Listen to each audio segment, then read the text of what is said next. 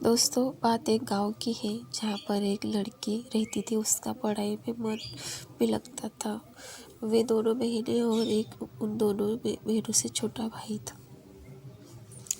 लेकिन उसके माता पिता को तो बस एक ही डर हमेशा लगा रहता था कि कल कदे कोई थारी लड़की के साथ कुछ गलत ना हो जाए। इसी डर के कारण उसके माता पिता और उसकी बुआ ने मिलकर जल्दी जल्दी में उस लड़की की शादी कर दी।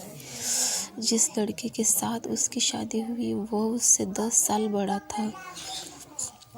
उसके बारे में काफ़ी कुछ बताया गया था कि उसके पास तो काफ़ी पैसे हैं, तो शादी के बाद मौज करेगी।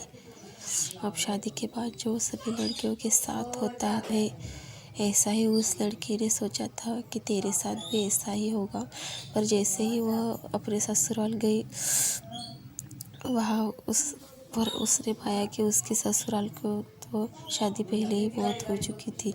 अब केवल उसके घर में उसकी सास और उसका पति रहते थे। लड़की के घर वालों ने ये सोच के शादी की थी कि हमारी लड़की आराम से मौजे में रहेगी। लड़की के माता पिता ने ब्याज पर भी पैसे लेकर उसकी शादी में बढ़ चढ़ कर खर्च किया, पर उन्हें नहीं पता था कि उन्होंने अपनी लड़की की एक दहेजी घर में बेच दिया। अब तो दहेज कहानी शुरू हो रही थी। शादी के 10 ही दिन बाद उसकी सास और पति ने उस लड़के को कहा कि मेरी सरकारी नौकरी लग जाएगी तो जो तूने अपने घर से 10,000 रुपये ला के दो। तो वह अगले दिन अपने घर आई तो उसने ये बात अपनी माँ को बताई। तब धीरे से उसकी माँ ने यही बात उसके पिता को भी बताई। उसके पिता ने सोचा कोई बात नहीं, अपनी बेटी से तो दे रही है। उसके पिता ने कहा कि बेटी ले जा, कोई बात नहीं। अब पैसे लड़के के घर पहुंचने पर कुछ देर तो वे सभी उससे प्यार करने लगे। जैसे ही वो पैसे खत्म हो तभी उन्होंने अपना गिरगिट की तरह रंग फिर से बदलना शुरू किया। अब की बार तो कोई उनकी हद ही हो गई।